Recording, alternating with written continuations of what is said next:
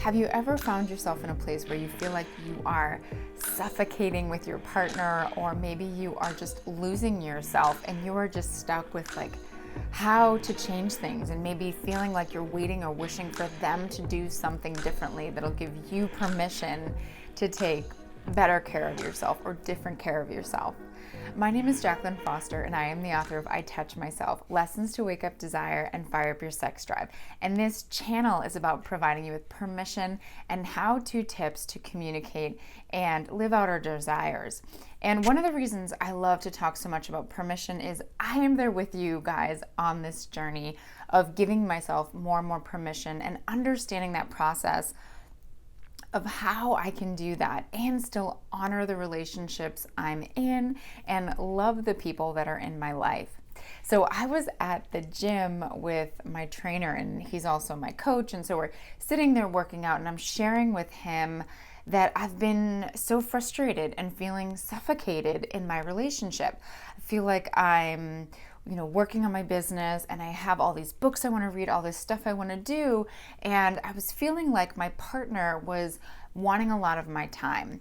And some of it were things that he was verbally asking for, and some of it were things that were just habits we got into, and I started to feel this internal obligation that I should keep showing up in the same way for those things, even though it wasn't feeling good anymore.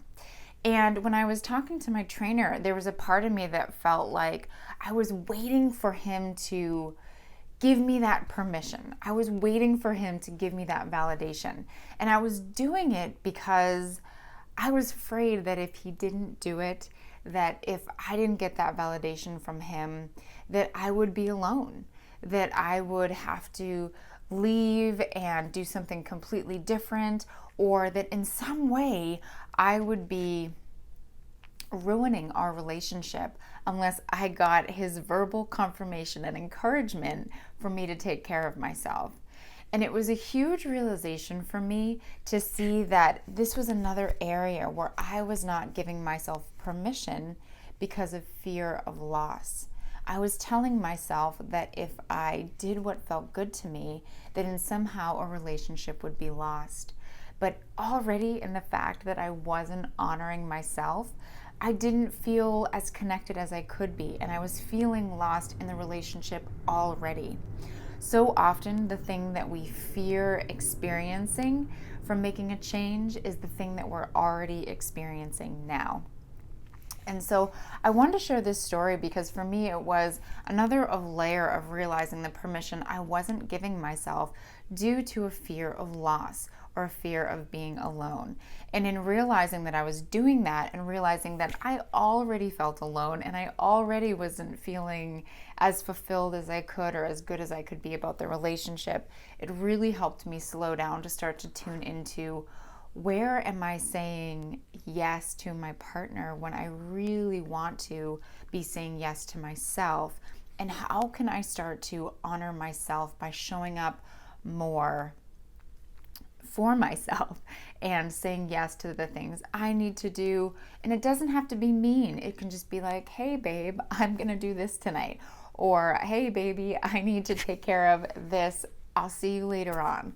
It's okay to do those things, and it's so important to do those things so that we don't build up resentment and anger and more separation from our partnership.